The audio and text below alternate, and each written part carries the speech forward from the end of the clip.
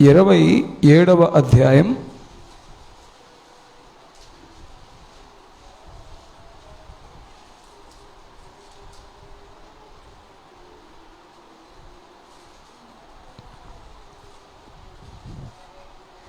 31వ వచనం.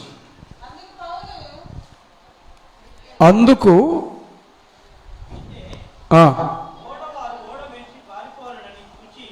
ఓడవారు ఓడ విడిచి పారిపోవలెనని చూచి తాము అనివిలో నుండి, అవిని కాదు అనివిలో నుండి లంగరులు వేయబోవునట్లుగా సముద్రములో పడవ దింపివేసిరి. అందుకు పౌలు, వీరు ఓడలో ఉంటేనే గాని మీరు తప్పించుకొనలేరని శతాధిపతితోనూ సైనికులతోనూ చెప్పెను. ప్రభునందు ప్రియమైనటువంటి దేవుని బిడ్డలారా, అలనాడు అపోస్తలుడైన పౌలు గారితో పాటు ఈ అపోస్తలుల కార్యగ్రంథాన్ని వ్రాసినటువంటి వైద్యుడు లూకా గారు, ఇంకా వారితో పాటు ఉన్న కడమ భక్తులు, అంత మాత్రమే కాదు, ఓడను నడిపించే నావికులు మరియు పౌలుతో కడమ భక్తులతో పాటు ఇటలీకి తీసుకొని పోబడుతూ ఉన్న నేరస్తులైనటువంటి వారు మరియు వారిని తీసుకుని వెళుతున్న సైనికులు లేక పోలీసు వారు అని చెప్పుకోండి.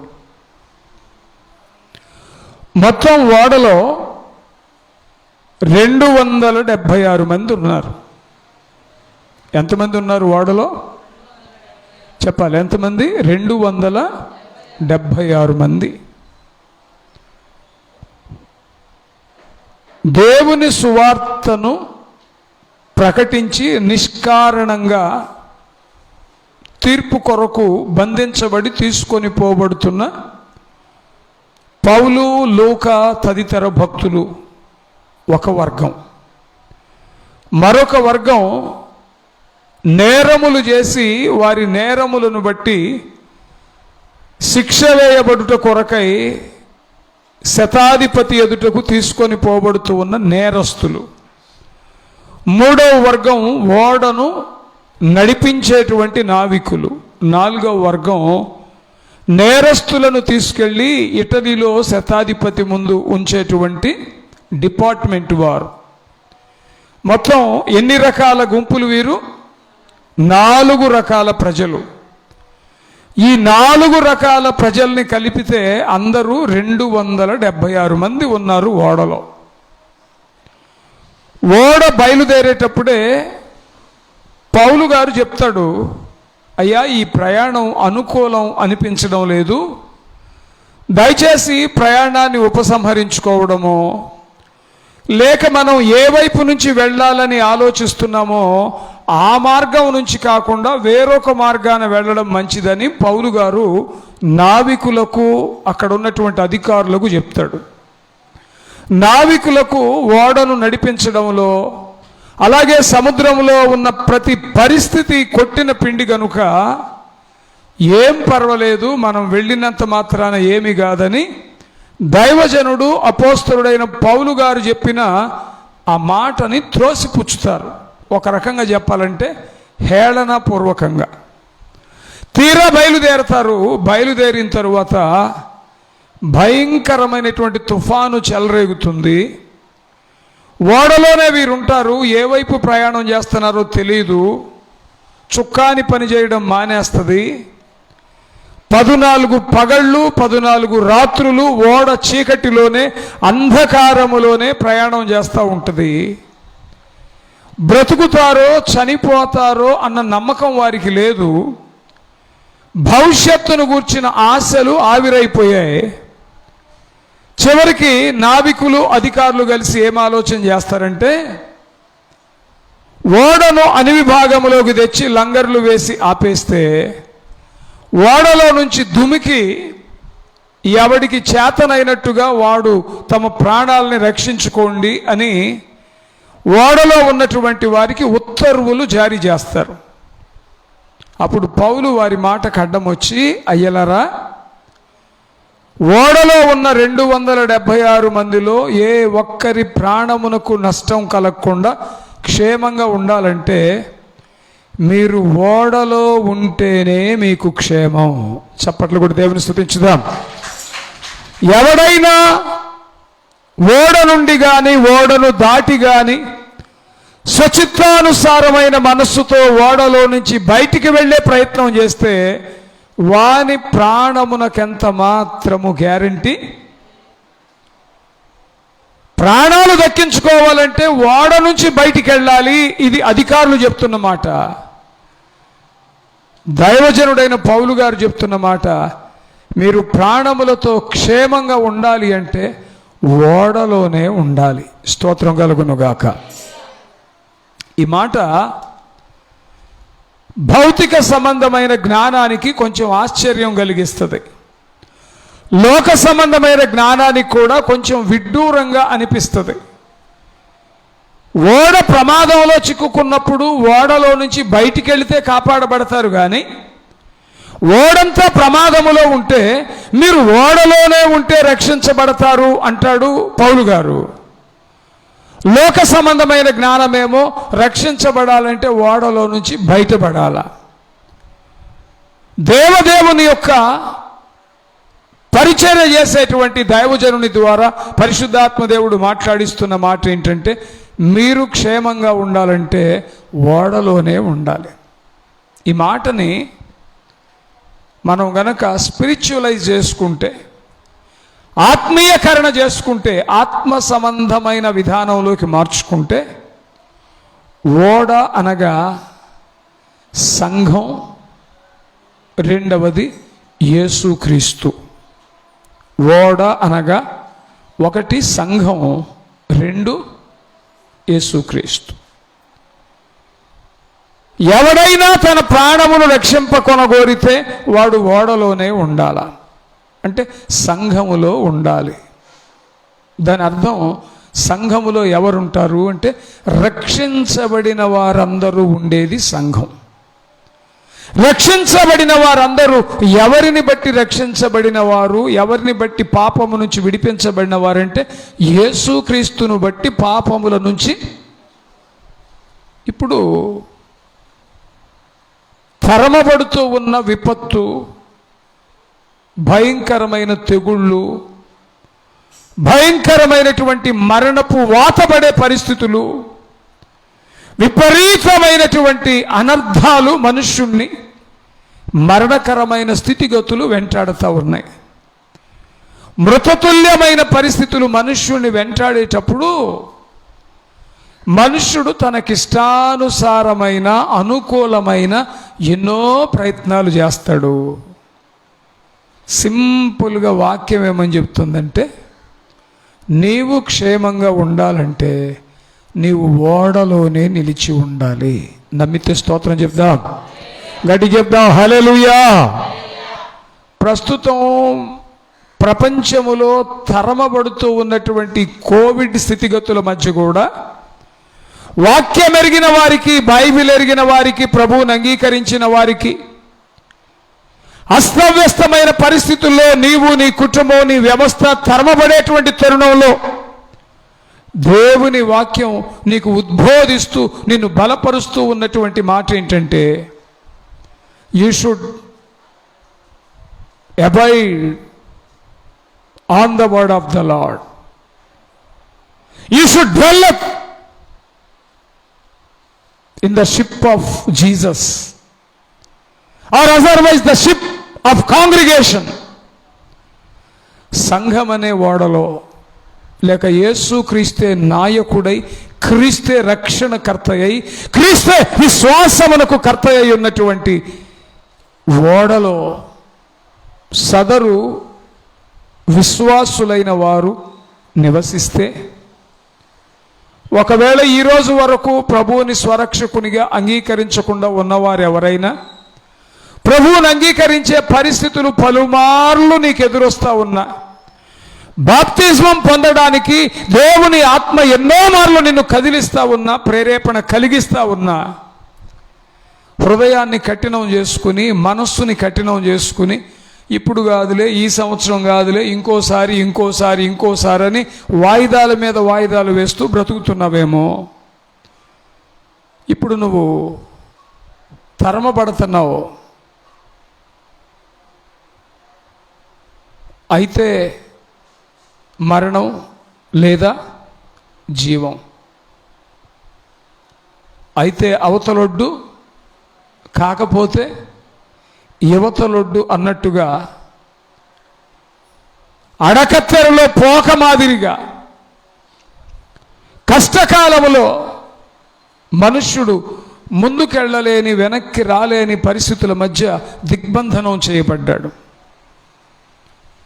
ఈలాంటి పరిస్థితిలో దేవుని వాక్యం మనకొక మార్గాన్ని నిర్దేశిస్తూ ఉంది. మీలో ఎవడైనా క్షేమముగా ఉండదలిస్తే, మీలో ఎవడైనా పరిస్థితుల మధ్య నుంచి క్షేమాన్ని పొందదలిస్తే, క్షేమముగా ఉండగోరేవాడు, రక్షణ పొందగోరేవాడు వాక్యానుభవంలో పరిశుద్ధాత్మ దేవుడు నీకు తెలుపుతూ ఉన్న మాట ఏంటంటే, నీవు ఓడలోనే ఉండాల. అంటే ఓడలో ఉన్నవాడు బయటికి వెళ్ళడానికి లేదు. ఒకవేళ ఇప్పటి వరకు బయట ఎవడైనా ఉండి ఉంటే వాడు అత్యవసరంగా ఓడలోనికి రావాలి. స్తోత్రం చెప్దాం, గట్టి చెప్దాం, హల్లెలూయా. ఓడలో ఉంటేనే కానీ మీకు క్షేమం. ఓడను దాటి బయటికి వెళితే శారీరక క్షేమం లేదు, ఆత్మీయ క్షేమం లేదు. ఎవరైనా క్షేమముగా ఉండగోరిన ఎడల ఓడలో ఉన్నవాడు ఓడలోనే ఉండాలి. ఇంకా ఓడలోనికి రానివాడెవడైనా ఉంటే సత్వరమే క్రియలను బట్టి కాక దేవుని కనికరాన్ని బట్టి విశ్వసించి రక్షణ అనుభవంలోకి రావాలి. స్తోత్రం, స్తోత్రం. ఈ మాట ధ్యానిస్తున్నప్పుడు, వింటున్నప్పుడు నాకు ఒక శ్రేష్టమైన చారిత్రాత్మక అనుభవం గుర్తొస్తుంది.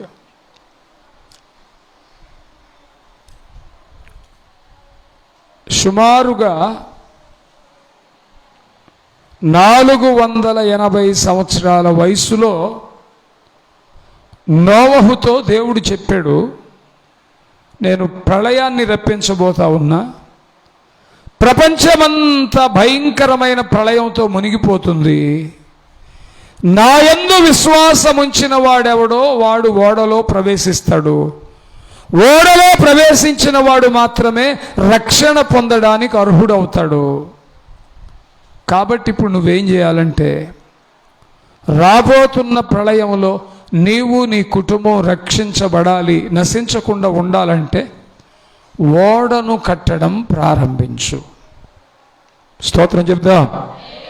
ఓడను కట్టడం సుమారుగా 480 ఏళ్ల వయసప్పుడు దేవుని వాక్కు అతన్ని దర్శిస్తే, ఓడను కట్టడం ప్రారంభిస్తే, ఓడ కట్టడం పూర్తయి నోవహు ఓడలోనికి కుటుంబముతో పాటు ప్రవేశించినప్పుడు 600 సంవత్సరాలు, అంటే దగ్గరగా 120 సంవత్సరాల పాటు ఓడను కడుతూనే ఉన్నాడు నోవహు. అప్పుడు ఇంత టెక్నాలజీ లేదు, ఎంతమంది పనివారు లేరు, ఇంత పరిపక్వత నొందిన జ్ఞానం లేదు మనుషులకి. కాకపోతే దేవుడు చెప్పాడు, ప్రళయం రాబోతుంది, ప్రళయంలో కాపాడబడాలంటే మీరు ఒక ఓడను సిద్ధం చేసుకోండి. సరే, దేవుడు కొలతలు ఇచ్చాడు, 3 అంతస్తులు కలిగిన ఓడను చేయమన్నాడు. నోవహు కొడుకులు 3తో కలిసి ఓడను కట్టడం ప్రారంభించాడు. 120 ఏళ్ల పాటు ఓడను కడుతూనే ఉన్నాడు. ఈయన ఓడను కడుతున్నాడు, జనం చూస్తున్నారు, అపహాస్యం చేస్తున్నారు, నవ్వుతున్నారు, ఎద్దేవా చేస్తున్నారు. ప్రళయం రాబోతుందంట, దేవుడు ఈయనకి చెప్పాడంట, ఈయనొక్కడు కాపాడబడతాడంట, ఓడలో ప్రవేశిస్తే ఎవడికి ప్రాణహాని ఉండదంట అని చెప్పి అపహాస్యం చేస్తున్నారు. వాస్తవంగా ఓడను కట్టడానికి 120 ఏళ్ళు పట్టింది అని ఎంత ఆలస్యమా అని మనం అనుకుంటాం, కానీ కాదు. ఓడను 120 ఏళ్ళు కట్టాడంటే 120 సంవత్సరాల పాటు నమ్మనొల్లని జనానికి రాబోతున్న ప్రళయాన్ని గురించి సువార్త ప్రకటించాడు. స్తోత్రం చెప్దాం, హల్లెలూయా. 120 సంవత్సరములు చాటెను నోవహు దేవుని వార్తను. 120 సంవత్సరములు చాటెను నోవహు దేవుని వార్తను. పాటించక ప్రభు మాటలు వారలు, పాటించక ప్రభు మాటలు వారలు. నీటిలో మునిగిరి పాఠము నీకిది, నీటిలో మునిగిరి పాఠము నీకిది. అదుగో అంజూరము ఓ క్రైస్తవ చిగురించెను చూడుము. అదిగో అంజూరము ఓ క్రైస్తవ చిగురించెను చూడుము, చిగురించెను చూడుము. స్తోత్రం. 120 ఏళ్ల పాటు ఓడను కడితే 120 ఏళ్ళు చూస్తానే ఉన్నారు, కానీ ఎవ్వడూ నమ్మల. ఈలోగా ప్రళయం రానే వచ్చింది. ఆకాశపు నీరు భూమి మీదకి వచ్చింది, అడుగున ఉన్న తూములు విప్పబడ్డాయి, పై నీరు క్రింద నీరు ఏకమై భయంకరమైన విపత్తుతో మానవ జాతంతా తుడిచిపెట్టుకుపోయింది. కానీ మీకు మాట చెప్పనా, కరోనా పెట్టరేగిపోతుంది, కోవిడ్ ప్రజల్ని తరుముతుంది, నాశనం చేస్తుంది అంటున్నారు. కానీ నన్ను అడిగితే 100కు 5% ఏమో డెత్ రేటు, బ్రతికే అవకాశం, పుంజుకునే అవకాశం దేవుడు మళ్ళీ వారికి ఇస్తానే ఉన్నాడు. ఒక 5% మాత్రం మరణపు వాత పడుతుంటేనే మనకి గుండెల్లో గూబులు దడబడుతుంది. అవునా కదా? అల్లకల్లోలమైపోయే పరిస్థితి. లోపల నుంచి వాడను ఆయన సీల్ చేసుకున్నాడు, బయట నుంచి దేవుడు సీల్ చేశాడు. హాహాకారాలు, ఆర్తనాదాలు వినిపించినా, నోహుని ప్రజలు బతిమాలినా, అయ్యో ఇప్పుడు మా బ్రతుకులు మార్చుకుంటున్నాం, మేము ఓడలోకి వస్తామని కేకలు వేసిన, ఒకవేళ నోవహు జాలి కలిగి తలుపు తీస్తాడేమో, మేబీ తలుపు తీయనొల్లకుండున్నట్లుగా దేవుడే బయట నుంచి బిగించి వేశాడు. ఆనాడు వారికి ఆ విపత్తులో పరిరక్షించబడే, క్షేమాన్ని పొందే అవకాశం దేవుడు వారికి ఇవ్వాల. కానీ ఈరోజు ఈ భయంకరమైన పరిస్థితిలో మనుషుల్లో 95% ఇంకా దేవుడు మరణానికి అప్పగించాల. చప్పట్లు కూడా దేవుని స్తుతించుదాం. కడమ వారు చనిపోతూ ఉంటేనే భయపడుతున్నాం. కానీ ఇర్మియా గ్రంథం అంటది, మన పాపములే ఈ విపత్తుకు కారణం, మన పాపములే వాటి క్రమాన్ని తప్పించే, మన పాపములే మనకు మేలు కలుగకుండునట్లుగా దేవుని కృపకు అడ్డుపడతా ఉన్నాయి. ఎన్ని ఆటంకాలు, ఎన్ని విపత్తులు, ఎన్ని కష్టాలు, ఎన్ని కల్లోలాలు, ఎన్ని తుఫానులు, ఎన్ని వైపరీత్యాలు, ఎన్ని భూకంపాలు, ఎంత భయోత్పాత పరిస్థితులైనా చూస్తాం. కానీ బ్రతుకు మార్చుకుని ఈ తెగుళ్ళ మీద అధికారము కలిగిన దేవుని నామమును ఘనపరిచిన వారు కారు. స్తోత్రం. ఏలయనగా ఇట్లుండి వారు సూర్యుని వేడిమి చేత కాల్చబడుచు కల్లోలిత పరిస్థితులు ఎదుర్కొందరు గాని మారు మనస్సు పొంది దేవుని ఉగ్రత ఆపబడినట్లుగా వారు తెగుళ్ళ మీద అధికారము కలిగిన దేవుని నామమును ఘనపరిచిరి కారు అని ప్రకటన గ్రంథం 16:8-9 వచనాలు తెలియపరుస్తూ ఉన్నాయి. ప్రస్తుత నేపథ్యంలో పరిశుద్ధాత్మ దేవుడు నీతో నాతో మాట్లాడుతూ ఉన్నాడు. మనుష్యునికి క్షేమం ఓడలో ఉంటేనే, మనుష్యునికి క్షేమం ఓడలోనికి వచ్చి చేరితేనే. స్తోత్రం. మనుష్యునికి క్షేమం దేవుడు తెలియపరిచిన మాటల యందు విశ్వాసముంచి జీవిత శైలిని మార్చుకుంటేనే. సమయం దాటిపోయాక ఆ తరువాత ఆశీర్వాదం పొందగోరి కన్నీరు విడిచి వెదికాడంట, కానీ ఆయనకు అవకాశం ఇవ్వలేదంట. తలుపు తీయమనుచు కడమ కన్యకులు తలుపు తట్టిరి గాని మీరెవరో నాకు తలుపు వేయబడాను. ప్రభునందు ప్రియమైనటువంటి దేవుని బిడ్డలారా, సమయమును పోనీయక సద్వినియోగము. సింపుల్గా చెప్పుకుందాం, ఓడలో ఉంటేనే క్షేమం. దాని అర్థం ఏంటంటే, ఓడ అనగా రక్షించబడిన బిడ్డలు సమకూర్చబడే సంఘం. ఓడ అనగా యేసుక్రీస్తు నామం. ఓడ అనగా మీరు కలిగి ఉన్న విశ్వాసమే ఓడ. అంటే విశ్వాసభరితులై బ్రతకండి, నిరంతరం దేవుని నివాసమైన సంఘంలో ఉండండి, సమస్త రక్షణకు కారణభూతుడైన యేసు క్రీస్తులో జీవించండి. చప్పట్లు కూడా దేవుని స్తుతించుదామండి. అలనాడు నోవహు టైంలో దేవుడు ఓడను తయారు చేయమని చెప్పాడు. మనకు బైబిల్ స్టడీ ఇప్పుడు ఆదికాండమే నడుస్తుంది. ఓడను తయారు చేయమని చెప్పినప్పుడు మనమైతే టేకు కర్రో లేకపోతే దేవదారు కర్రో, అది కాకపోతే తుమ్మ కర్రో, ఇంకా కాకపోతే యాప కర్రో.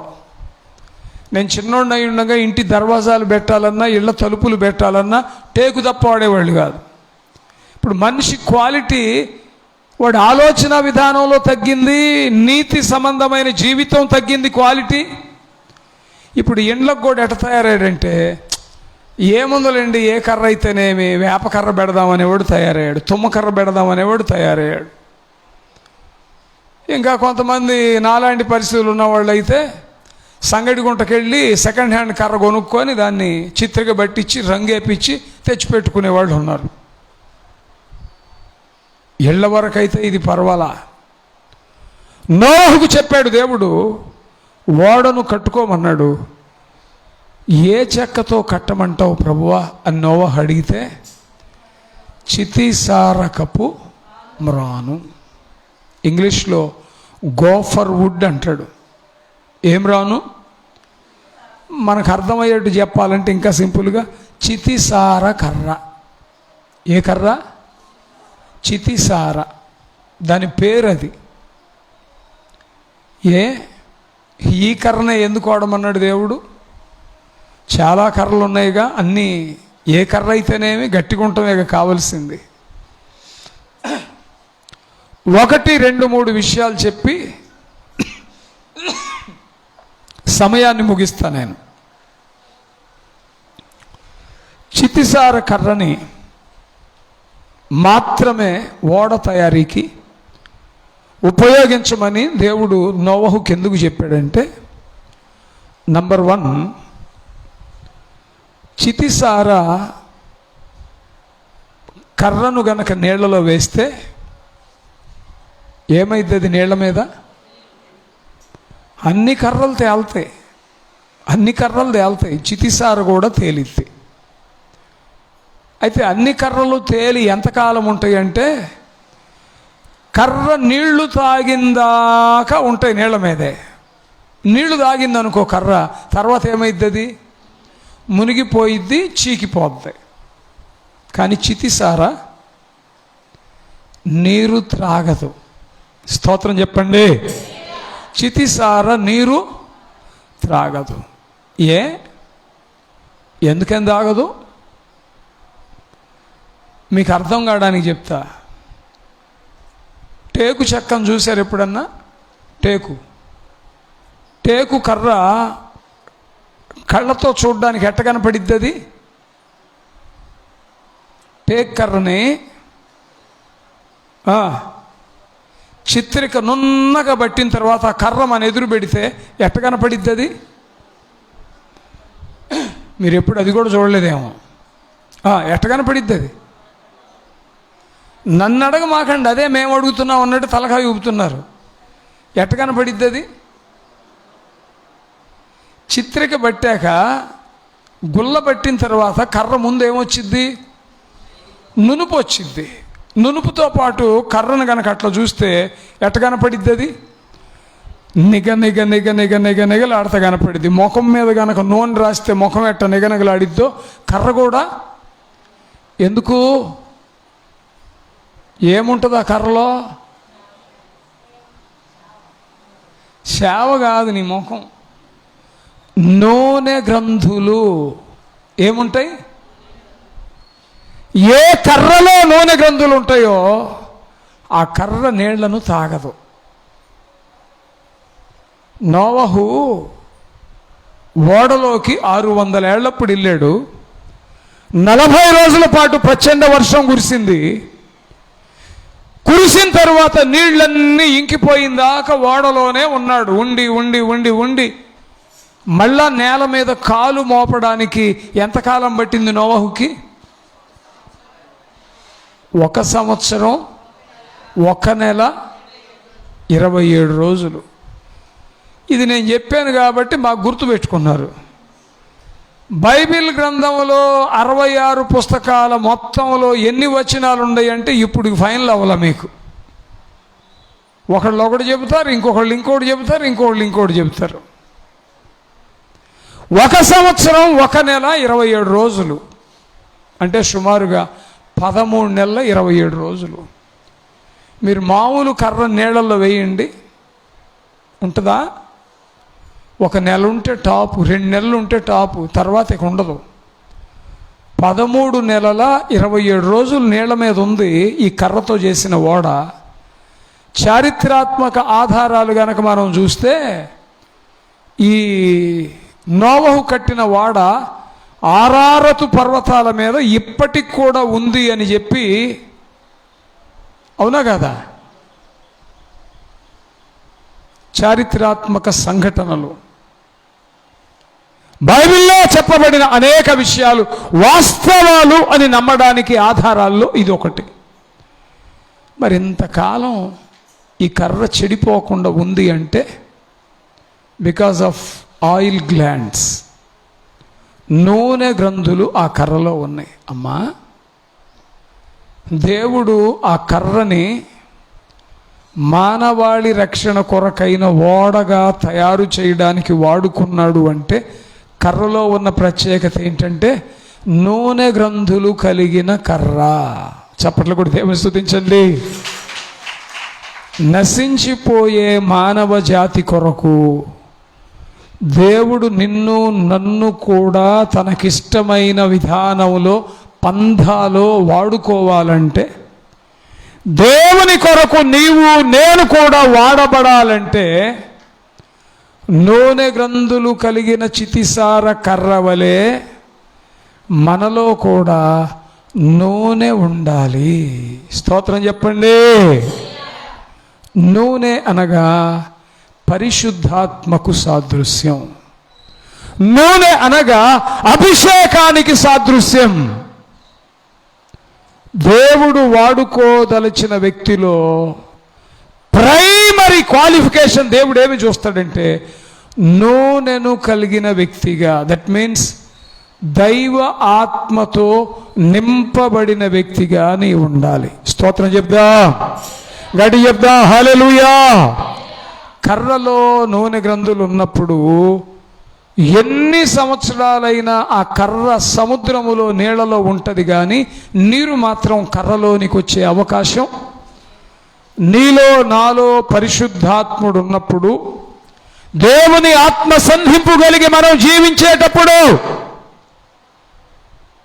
ప్రభువు నెరిగిన నాటి నుంచి చచ్చేదాకా కూడా లోకంలో మనమున్న లోకం మనలోనికి రాకుండాన్నట్లుగా మనలో ఉన్న పరిశుద్ధాత్మ లోకాన్ని ఆటంకపరిచిద్ది. స్తోత్రం. రెండవది, ఈ కర్ర, ఈ చెట్టు, it's a kind of medicinal tree. అంటే మందు మొక్కలలో చేర్చబడినటువంటిది ఇది. ఇప్పుడు జామాకు తింటున్నారు చాలామంది. జామ ఆకే కాదు, జామ కాయే కాదు, జామ బెరడే కాదు, జామలో తీసేసేది ఏదీ లేదంట. కల్పవృక్షం అంటారు. కల్పవృక్షం అంటే ఏంటి? తాటి చెట్టు. తాటి చెట్టులో కూడా తీసేసేది ఏమైనా ఉందా? ఏమీ లేదు తాటి చెట్టులో తీసేసేది. అది కూడా మందు మొక్కలతో పోల్చబడిందే. అంటే ఆరోగ్య కోణంలో, మనుషుల ఆరోగ్యం కొరకు మందుల తయారీకి, మనిషికి మందులాగా లేక ఒక మెడిసిన్ లాగా ఉపయోగపడడానికి, ఔషధంలాగా ఉపయోగపడడానికి దేవుడు కొన్ని చెట్లను పుట్టించాడు. ఇప్పుడు ఆ చెట్లల్లో చితిసార కూడా ఒక చెట్టు. మీరు చూడండి, సంజీవయ్య నగర్లో 10 ఇళ్ళు మనం వెరిఫై చేస్తే, సర్వే చేస్తే 8 ఇళ్ళకి చెదులు ఉంటుంది. అవునా కాదా? చెప్పండి. ఏం చెదులా? చిచి, మేము అమెరికా నుంచి వచ్చాం, మాకు తెలియదే అన్నట్టు పెడుతున్నారు మొఖాలు. చెదులను చూశారు మీరు? చెదపురుగు ఎంతమంది చూశారు? Starting trouble. సంజీవయ్య నగర్ నేల రేగడి, నల్ల రేగడి. పంట ఏపుగా పెరిగిద్ది. పంట ఏపుగా పెరుగుతుందంటే జీవం ఉన్న నేల, సారపు నేల. నేల సారవంతమైనది అయినప్పుడు ఖచ్చితంగా జీవరాశి కూడా ఉంటుంది. అందులో చెదపురుగు కూడా డెవలప్ అయ్యిద్ది. మనకేమో నేల ఏమో మంచిది కావాలి, పురుగు బుట్టరేమో ఉండకూడదు. ఎంత స్వార్థపరుడో మనిషి. దోమలు రాకూడదు, ఈగలు రాకూడదు, క్రిములు రాకూడదు, వాటిని తినే బల్లి కూడా ఇంట్లో ఉండకూడదు. అసలు మనిషి స్వార్థానికి అంతు లేదండి. వింటున్నారా? నీళ్ళే కాదు కర్ర కులిపోవునట్లుగా చేసేది. కర్రకి పురుగు పడితే కూడా కర్ర ఏమైద్ది? పాడైపోద్ది, కుళ్ళిపోద్ది. కర్రకి పురుగు, మనిషికి పాపం. మనిషికి పాపం. ఏ చెట్టుకైనా, ఏ మొక్కకైనా పురుగు పట్టొచ్చేమో. కొన్ని ప్రత్యేకమైనటువంటి చెట్లు, మొక్కలు ఉన్నాయి, వాటిని పురుగు, వేప చెట్టుని పురుగు ఆశించదు. అది చేదుగా ఉంటుంది, ప్లస్ నూనె గ్రంథులు కూడా ఉంటాయి. చితిసార కర్రని కూడా పురుగు ఆశించదు. స్తోత్రం.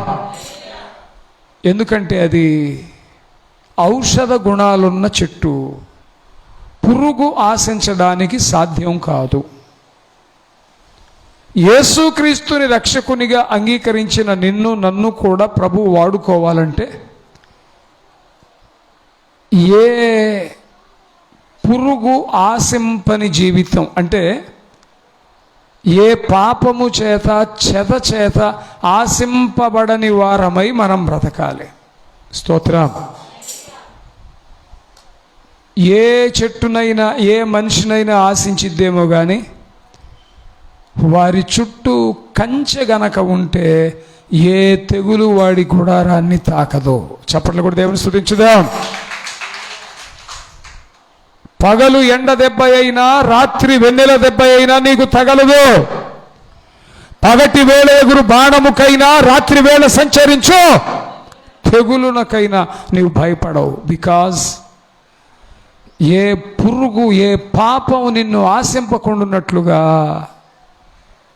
నీలో పరిశుద్ధాత్మ దేవుడే కొలువై ఉంటాడు. స్తోత్రం చెప్పాలి గట్టిగా, హల్లెలూయా హల్లెలూయా.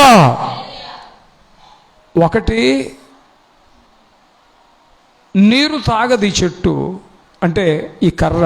రెండు, పురుగు ఆశించలేదు ఈ కర్రని. యోసేపును కూడా ఆశించింది ఒక పురుగు. దావీదుని కూడా ఆశించింది పాపం. కాకపోతే దావీదేమో పురుగుకు సమీపంగా తానే వెళ్ళాడు, యోసేపుకేమో పురుగే వచ్చింది సమీపంగా. కానీ యోసేపులో ఉన్న నీతిని, నీతిమంతత్వాన్ని, యోసేపులో ఉన్న భక్తిని, యోసేపులో ఉన్న యథార్థతని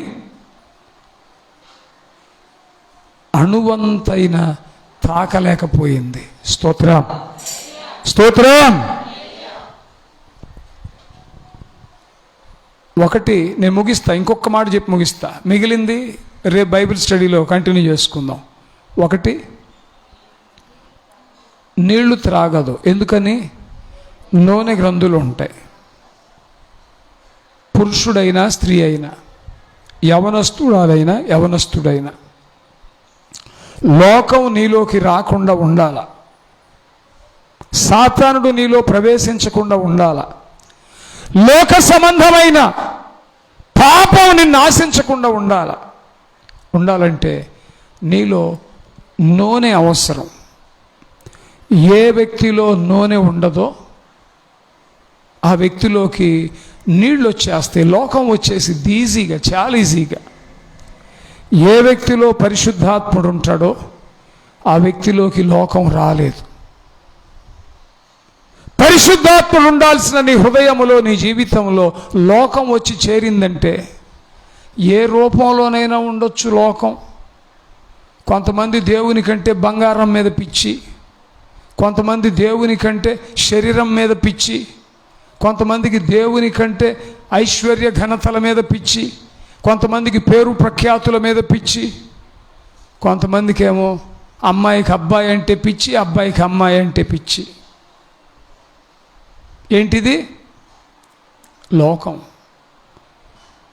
దేవుడు తప్ప నీలో ఏది సుస్థిర స్థానం ఏర్పరచుకున్నా నీలో పరిశుద్ధాత్ముడు లేడని గుర్తు. అభిషేకానికి గుర్తైన పరిశుద్ధాత్మ నీలో ఉంటే లోకం నీలోకి రాదు. నంబర్ 1. రెండవది, పురుగు నిన్ను ఆశించదు. చాలామంది చెప్పేసే మాట ఏంటంటే, నేను చాలా జాగ్రత్తగా ఉన్నాను పాస్టర్ గారు, I'm perfectly all right pastor గారు, నేను అగ్ని పాస్టర్ గారు, నాకుగా తెలిసి నేను చాలా సిన్సియర్ పాస్టర్ గారు.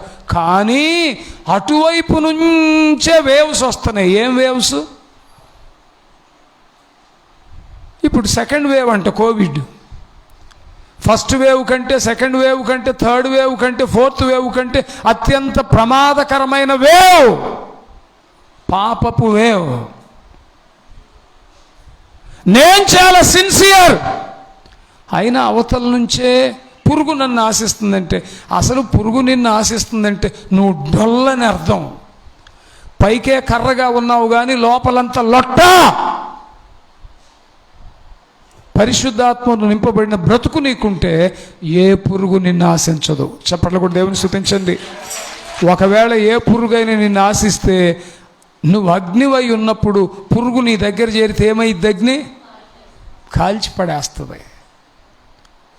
నువ్వు పైకే షో, లోపలంతా లొట్ట. అందుకే పురుగు నిన్ను ఆశించిద్ది, చివరికి నాశనం అవుతావు. స్త్రీకైనా పురుషుడికైనా ప్రభు ప్రేమను బట్టి నేను తెలియపరిచే మాట, దేవుని ఆత్మతో నింపబడండి. ఆత్మ మీలో ఉన్నప్పుడు లోకం మీలోకి రాదు. ఆత్మ మీలో ఉన్నప్పుడు లోకం మిమ్మల్ని ఆశించదు. మూడోది, ఈ కర్ర మునగదు. ఈ కర్ర మునగదు. ఎన్నాళ్ళున్నా నీళ్ల మీదే ఉంటుంది. కారణం, ఈ కర్రే కాదు, ఏ కర్ర అయినా మునగదు, వేయగానే మునగదు. కొన్నాళ్ళు అయిన తర్వాత మిగిలిన కర్రలన్నీ నీళ్లు దాగి మునిగిపోతాయి. ఈ కర్ర ఎన్నాళ్ళున్నా నీళ్లు దాగేది లేదు, పురుగు ఆశించేది లేదు, మునిగిపోయేది లేదు. ఎందుకని మునగదంటే గాలి గదులు ఉంటాయి కర్రలో. మిగిలిన అన్ని కర్రల్లో కూడా గాలి గదులు ఉంటాయి. అదేంటంటే భ్రమపరిచే ఆత్మ. కొంతకాలం ఉండి ఉండి ఉండి ఉండి ఉన్నాక ఏమైద్ది? నీతో పాటు నీలో ఉన్న ఆత్మ కూడా పాపాన్ని ఆశించిద్ది.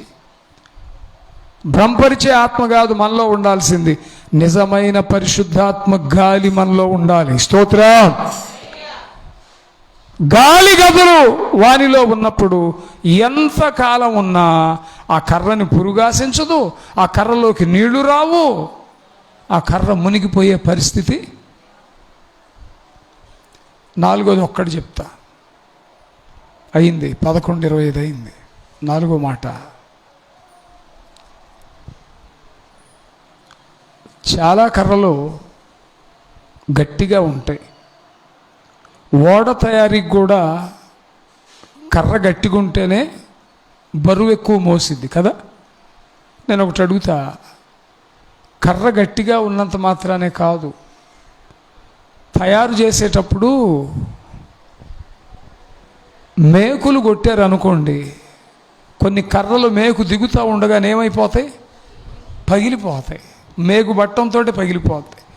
కొన్ని కర్రలు మేకు వేసిన తర్వాత బిగిచ్చి లేకపోయేటప్పటికి లూజ్ వచ్చింది. మేకు వచ్చినప్పుడు టైట్ ఉంటుంది. ఒక 5 రోజులు, ఇప్పుడు ఈ బాక్సులు ఉన్న చూడండి, మన స్పీకర్ బాక్సులు, ఇవి కూడా అంతే. ఒకసారి మేకు బిగిచ్చాక స్పీకర్ పోయింది రావట్లేదని చెప్పి తీయడానికి మేకు తీసామనుకో, మళ్ళీ మేకు అందులో పెట్టబోతే లూజ్ వచ్చేసిద్ది.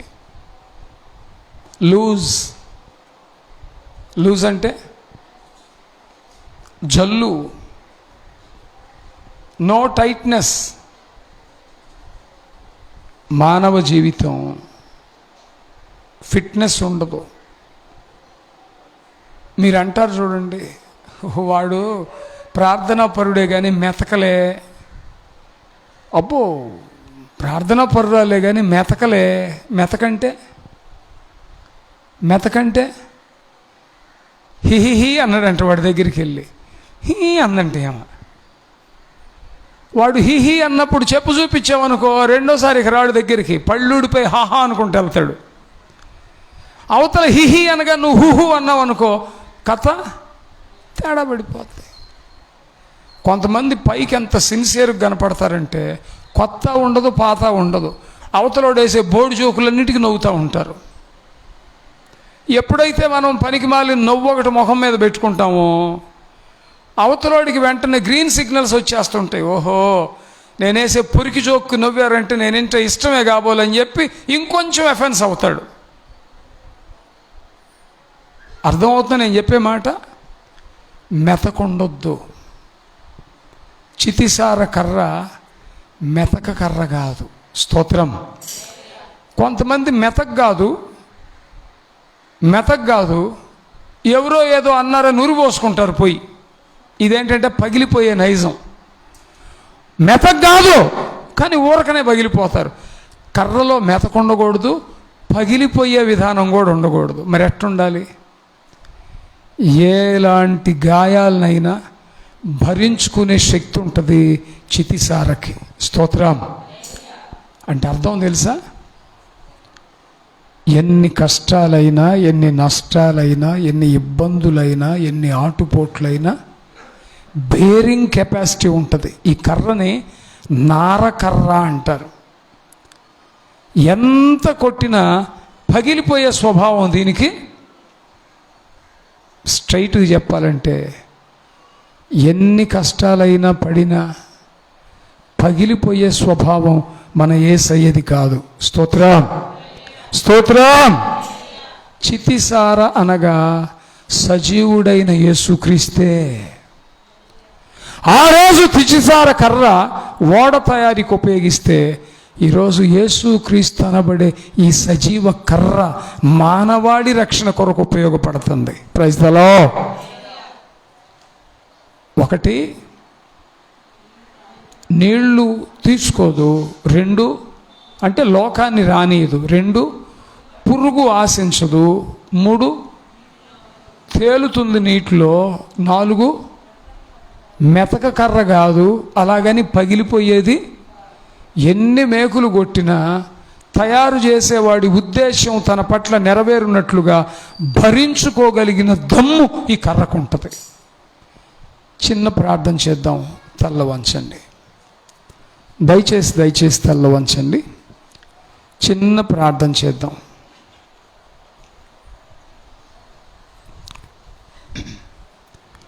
దేవుని వాక్యం కొరకు, విత్తబడిన వాక్యం కొరకు ప్రార్థన చేద్దాం. ప్రేరేపించబడి